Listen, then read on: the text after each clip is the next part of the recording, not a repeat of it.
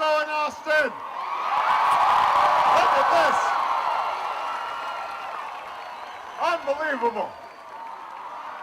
Oh, look at this. The Longhorn State.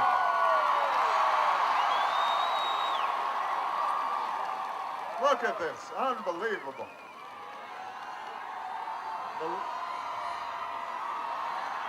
Unbelievable.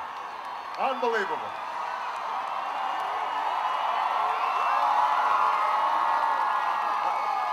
I have not seen a crowd like this.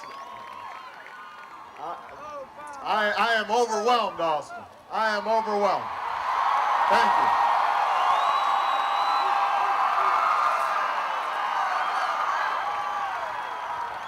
It's unbelievable. Thank you. Thank you. You know, thank you guys, thank you.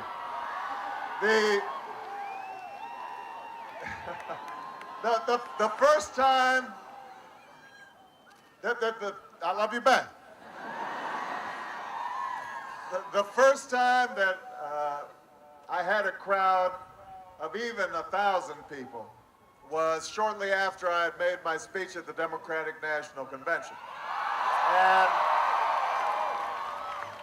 And I still remember it was in New York City, and there was an event that we had held, and it was a young professionals event, and they had come to this event, I think paid $25 to help support our campaign.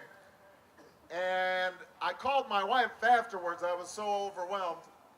And I told her 1,000 people showed up at this event. And she said to me, well, who else was there? She said, was Stevie Wonder singing, or was Lance Armstrong there, or what was going on? And I said, no, I think it was just me. So I'm going to have to take some pictures to take back to my wife. My visit in Austin. Thank you. Thank you. Well, listen, on February 10th, 2 Saturdays ago, I stood in front of the old state capitol in Springfield, Illinois, the place where Abraham Lincoln had served and where he delivered his famous speech in which he said that a nation divided against itself could not stand. And he was an inspiration for all of us, but for me to be there and see 17,000 people in 7-degree weather was truly an inspiration. And it told me not that people were simply supporting my campaign, but it told me that people were ready for a change, that it wasn't just about me.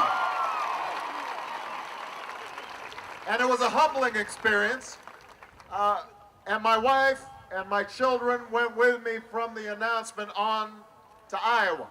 This is just a little bit of rain. I hope people don't mind.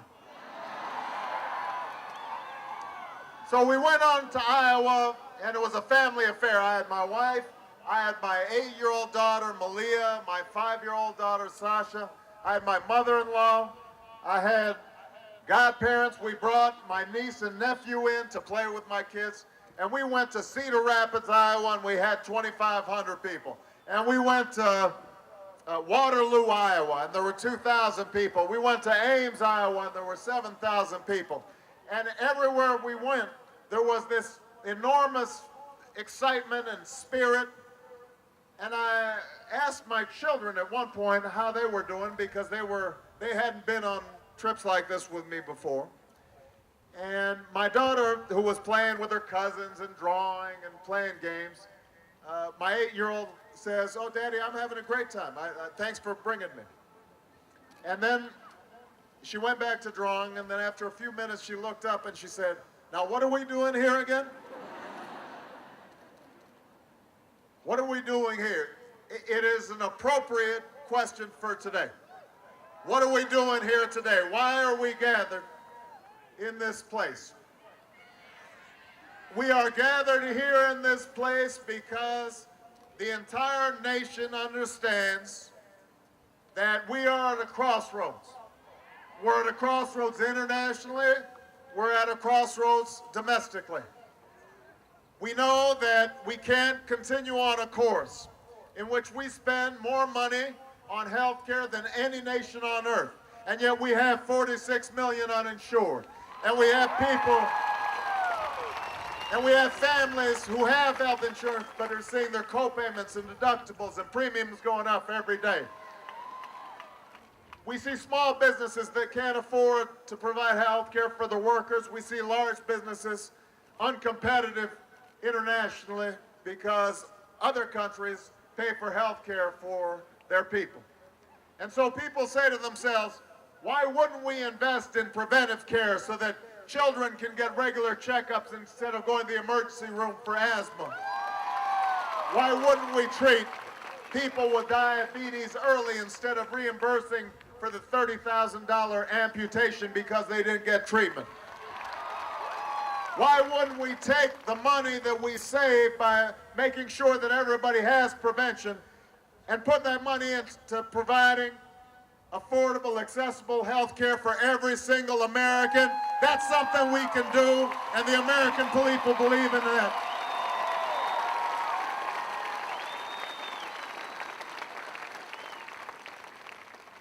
People look at our energy policy, or at least our lack of an energy policy, and they say to themselves, not only is our economy held hostage to the spot oil market, but we send $800 million a day to some of the most hostile nations on earth. We fund both sides of the war on terrorism. And in the bargain, we end up melting the polar ice caps and creating climate change that ultimately is going to affect everybody, especially people along the coast of the Gulf, along coastal areas all over the planet. People in Africa who are already struggling are going to see drought. And people say, we can do better than that. We're the wealthiest, most innovative nation on earth.